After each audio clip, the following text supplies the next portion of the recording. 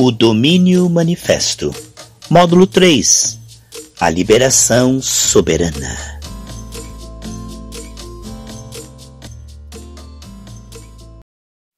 Curitiba, sexta-feira, 18 de fevereiro de 2022. Aqui estamos, queridos e amados irmãos, em Curitiba, para a nossa parte 4 do tema O Domínio Manifesto. É o módulo 3, onde falamos da liberação soberana. Minha Bíblia está aqui aberta em Gênesis, capítulo 3, versículo 2. Vou começar aqui do versículo 1, tá? Gênesis 3, versículo 1. A serpente falou assim: é assim que Deus disse? Veja só. Colocando em dúvida, né? A primeira tentação, né? Colocando em dúvida o que Deus falou, o caráter de Deus, a palavra de Deus. Essa é tentação, hein? Estava empurrando eles a depender deles mesmos, né? Ao invés de depender de Deus como fonte, buscar suprimento e mantimento em Deus. Colocar o homem no controle segundo o seu próprio coração. O homem caído foi feito um pouco menor que os anjos separados de Deus, né? Aqui está. E disse a mulher à serpente: do fruto das árvores do jardim comeremos, mas do fruto da árvore que está no meio do jardim, não. Deus disse que no meio do jardim estava a árvore da vida. Você veja que na tua atenção, você pega uma pedrinha e coloca bem diante dos seus olhos, ela parece uma montanha. Mas se jogar lá no chão, no meio das pedrinhas, é uma coisa insignificante, né? Assim, o inimigo mexeu na percepção de Eva gradativamente, hein? Primeiro ela viu esse fruto no centro do jardim. Deus disse que no centro do jardim estava a árvore da vida. É a árvore do conhecimento do bem e do mal, secundário, né? Depois que ele mexeu os sentidos, chamou a atenção da Eva, começou a falar com ela e ela foi dando atenção, a visão dela mudou mais ainda. Diz no versículo 6 que ela viu que aquela árvore era boa e agradável. Tá vendo? Quanto mais o inimigo fala, mais ele enfeitiça, magnetiza, hipnotiza e cria uma ótica, uma fortaleza mental com imaginações. É o que diz em 2 Coríntios capítulo 10. O que você pode ver, meus queridos e amados irmãos? Nós estamos falando do fluir soberano. Quero continuar o que nós estávamos falando agora há pouco, na parte 3. Vai fluir pelos seus lábios aquilo que você enche o seu coração. Entra pelos seus ouvidos, cai no coração se for terra boa, né? Mateus 12:34 diz que do que está cheio o coração desfala a boca. Então desde a queda o homem está programado, meus amados irmãos, para na carne ouvir as mentiras e acreditar. Essa viagem para o outro lado tem uma tempestade contrária. O inimigo não quer essa viagem da carne para o espírito. Mas nós estamos passando, hein, irmãos? Através da palavra vai quebrando todo o jugo, né? Despedaçando cadeias, fortalezas mentais. O homem desde a queda acredita na mentira. Tanto que se você diz para uma pessoa, para ela confessar a cura, e ela está doente, fisicamente ela vai dizer: mas não estou mentindo, dizendo que eu estou curado se eu estou doente. Veja que a semeadura profética, no início do processo, parece mentira. Porque o Espírito é quem revela que a morte de Cristo, pelas suas pisaduras, fomos sarados. Então, veja bem, à medida que o Espírito Santo vai renovando a nossa mente, nós vamos conseguindo ver as realidades espirituais encobertas, o maná escondido. Nós vamos conseguindo ver e crer e confessar. É o Espírito Santo que convence de que a morte de Cristo nos curou. Ao homem caído, que ainda ouve o inimigo não nascido, não regenerado, aquele que ainda não é nascido de Deus, ele não pode ver essas coisas. Para ele parece loucura. Agora, à medida que o Espírito Santo vai trabalhando, a evidência, e é gradativo, viu? Olha a fé ultrapassando a incredulidade. A carne é incrédula e a fé vai vindo de ouvir e ouvir a palavra de Deus. Romanos 10:17. O que você está vendo, meus amados irmãos, é que à medida que a palavra de Deus vai quebrando a penha, quando um se volta para o Senhor, de 2 Coríntios 3,16, o véu se tirará. À medida em que os olhos espirituais vão sendo abertos, que estavam fechados, lá em Provérbios, em Efésios 4,18, o coração do homem está duro, cego e insensível, por causa da queda, por causa do pecado. Então, à medida em que o Espírito Santo vai trabalhando, iluminando, aleluia, desperta entre os mortos e Cristo te iluminará. O homem consegue ver a cura divina mesmo estando sentindo os sintomas no seu corpo. Então, no início do processo, de forma precária, parece que o homem está mentindo quando confessa que está curado, estando com as sensações das doenças. Mas, na verdade, Jesus na cruz já curou todos os enfermos. Pelas suas pisaduras fomos sarados. Essa confissão não pode ser uma papagaice ou porque o pastor falou, algo religioso como um mantra, uma confissão positiva, não. Está muito claro lá em Marcos 11, 23, 24, que é aquele que confessa, tendo o respaldo de uma comunhão diária com Deus, em arrependimento e santificação, para não duvidar no seu coração. O inimigo está perdendo terreno, hein? Por isso que o Salmo 1 não diz meditar na palavra dia e de noite, mas aquele que tem prazer em meditar no dia e de noite. Deus ama o que dá com alegria. Então veja que a graça está no comando da consagração de uma pessoa que tem prazer no entendimento, no estudo bíblico. E mostra que o Espírito está na vida dele. Lá em 2 João diz que aquele que permanece no ensino tem o Espírito Santo. Isso é uma evidência de que a pessoa está crescendo no Espírito. Ela consegue crer na palavra mais do que aquilo que ela está vendo, sentindo, cheirando, tocando, ouvindo, no mundo físico natural. Então o homem ficou preso na alma, ele era espírito, caiu para a dimensão da alma e vivendo por sentidos, o império dos sentidos. Agora, essa capacidade de entrar na dimensão do espírito, das realidades espirituais, das imensuráveis riquezas em Cristo, que é revelada no Espírito, é um processo lindo que eu quero incentivar você. Aonde você vai sendo conduzido pelo Senhor de glória em glória, sua mente, seu coração, suas palavras, suas atitudes, essa trasladação faz com que o Espírito consiga te convencer e mostrar que a palavra de Deus é a verdade. Então, 2 Coríntios 5:7 diz que você não vai viver mais por vista, mas por fé. O maior inimigo da fé é a vista, é o que você vê, sente. É a realidade de um mundo caído, né, sob os efeitos da queda. Agora, esses são os seus gigantes na terra prometida. E a fé vai ser a espada do Espírito que vai semear um novo cenário. Lá em Isaías ele diz: eu transformarei o vosso deserto num jardim do Éden. A semente de Deus, ela é água. Ela é viva e eficaz. Ela não apodrece, ela germina. Ela frutifica porque ela é onipotente. Quando ela cai numa terra boa, que acolhe, né? Não rodeado de espinho, que não lhe dá espaço. Parece mais com aqueles fariseus que receberam Jesus em casa, mas não lhe deram espaço para ele trabalhar no coração deles. E aquela mulher que chorava e beijava aos pés de Jesus lhe dava o coração. Quero incentivar você que está aqui, Provérbios 23, 26, dá-me, filho meu, teu coração, teus olhos, preste atenção no meu caminho. Então, quando o Espírito Santo resgata, restitui, renova, liberta a mente, o coração, você não vai sentir que está mentindo por profetizar luz nas trevas.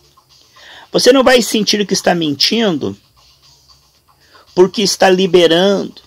Estamos falando da liberação soberana. No espírito, as realidades espirituais, enviando no cenário anjos, né? Porque Deus envia anjos através da profecia da igreja, né?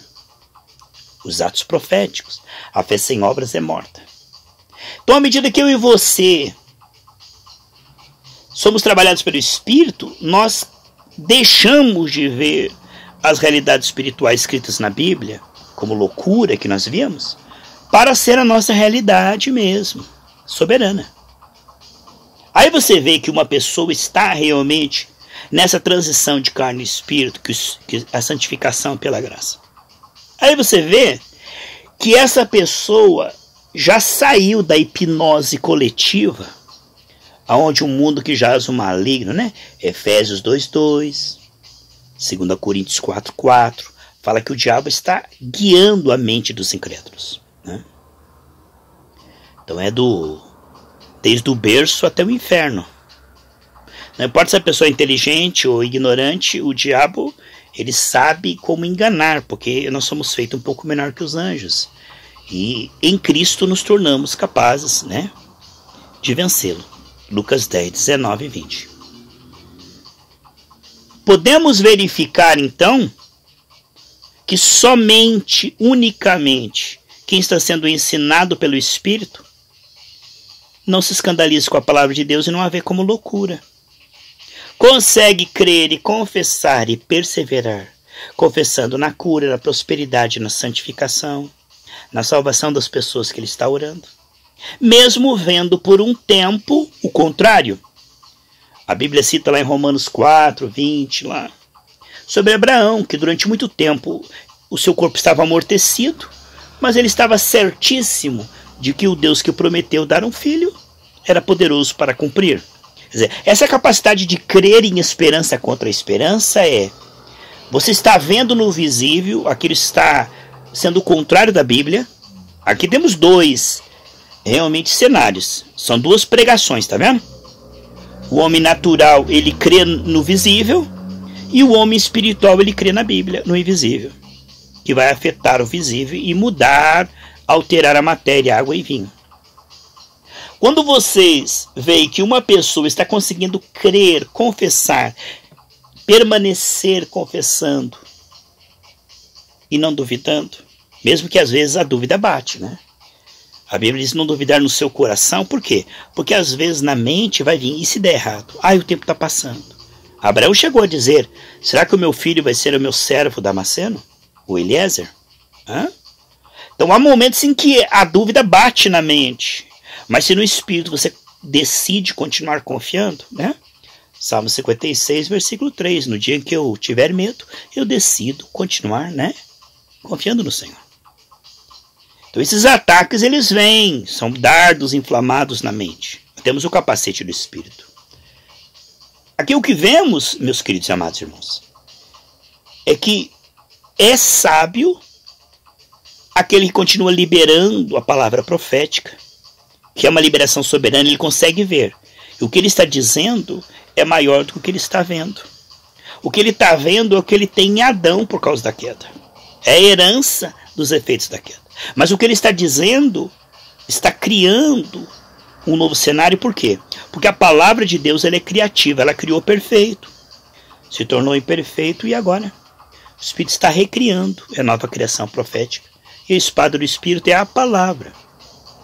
Quando Ezequiel falou, segundo o Senhor falou com ele, os ossos se ajuntaram. Aqui está uma parceria, uma sinergia tremenda, aonde Deus vai trabalhando e libertando o nosso querer, o nosso efetuar, aonde eu e você vamos conseguindo confessar a verdade, né?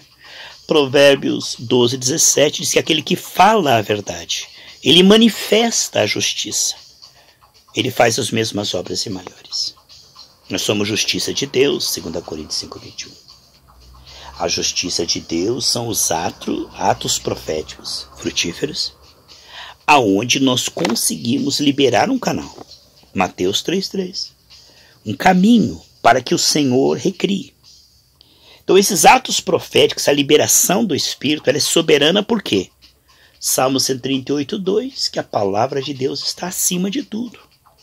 Então a palavra dita no Espírito, ela é mais poderosa do que aquilo que estamos vendo, sentindo, desde que seja misturada com fé. Hebreus 4:2. À medida que vamos andando com Deus e vamos lhe dando o coração, E vamos deixando que essa palavra trabalhe no nosso coração, na nossa mente. Vamos dando tempo para a palavra germinar e frutificar. Ela vai nos capacitando a viver por esta palavra. Ter vida nesta palavra, ser vivificado. É o que diz lá em 1 Pedro 1,23, que o leite racional ele produz o crescimento no espírito. Nós conseguimos ter os nossos olhos espirituais abertos. Quando uma pessoa consegue confessar a palavra, sem duvidar no seu coração, o milagre da graça o está libertando. Conhecereis a verdade vos libertará. Como é que você sabe que a verdade está libertando uma pessoa? Como é que você sabe?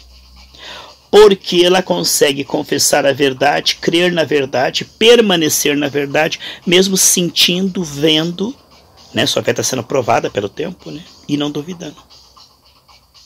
Se isso está acontecendo, é porque é terra boa. Irmãos, isso que eu estou falando é extraordinário, esclarecedor, é uma bomba na mentira. Eu vou concluir esse estudo agora, porque já são 20 para as 6 da tarde, 20 para as 18, e eu tenho então uma live aí de oração com os irmãos. Então, agora, esse tema aqui dava um seminário, hein? Eu poderia ficar aqui discorrendo esse tema aqui, ó, por 2 horas, que tá gostoso, hein, irmãos? Diga a verdade. Tá muito bom. Eu tenho que terminar aqui por causa da live. Mas vocês vejam a concatenação aqui, de dentro para fora esse libertar, aonde nós começamos a ver evidência e fruto. Pelo fruto você conhece a árvore. E o fruto é o que sai da árvore. Fruto dos lábios, boca que confessa a palavra sem duvidar no coração. Deus ganhou esse território. Deus está realmente conquistando. Esse aí é um coração salvo. Porque se somos salvos pela graça através da fé, a fé é essa que eu estou te falando. De alguém que crê, confessa e permanece. Não se escandaliza, não duvida, não desiste, né? Lá em Hebreus 10, fala que Deus não se agrada daqueles que retrocedem e desistem. Mas nós somos aqueles que permanecem. E essa constância e moderação é uma evidência de estar cheio do Espírito Santo. Não importa quão endividado está a pessoa, doente, o quanto ela está presa nos vícios e no pecado, Deus pode libertar a todos. Deus pode salvar a todos se permanecer confiando em Jesus. Se você permanece na misericórdia de Deus, Romanos 11:22, Deus pode continuar executando o seu trabalhar libertador, dia após dia. Aquele que começou, né? A boa obra, Filipenses 1:6, é poderoso para ir completando. E hoje ele está completando. Você pode ver que através desse estudo você começa a ver que a liberação soberana é o fruto, é a manifestação. Né? Toda a criação geme esperando a manifestação. Aquela manifestação que Pedro disse, olha o que eu tenho te dou, em nome de Jesus levantando. A manifestação é onde o reino lucra. Porque na manifestação vemos a maturidade e o fruto. A pessoa chegou à maturidade. E ela chegou a uma fé bíblica, genuína, relacional, a uma fé frutífera, a uma fé que não é morta, nem passiva, mas é uma fé que ela é realmente canal do Espírito. Quando você vê uma pessoa assim, né? Atos 10:38, Jesus vivia fazendo bem, libertando os oprimidos do diabo, porque Deus era com ele. E eles, olha, vocês estão vendo o que eu estou fazendo, lá em João 14? Bem-aventurados se fizerem como eu faço. Aqui o que nós estamos vendo é que está se produzindo um fruto no coração e nos lábios dessa pessoa que glorifica a Deus. Isto é realmente o propósito do Evangelho genuíno. Nos levar ao domínio que o glorifica, as boas obras. A capacidade de substituir os efeitos da queda pelos efeitos do Calvário, com humildade e simplicidade, para a glória de Deus, né? Porque temos esse tesouro em vaso de barro, para que a excelência do poder e a glória seja toda do Senhor. Nós vamos continuar essa série, hein? Tá muito bom, tá muito maravilhoso. Eu estou assim empolgado e feliz com as revelações que Deus está derramando nesta série maravilhosa. Um grande abraço em nome de Jesus Cristo.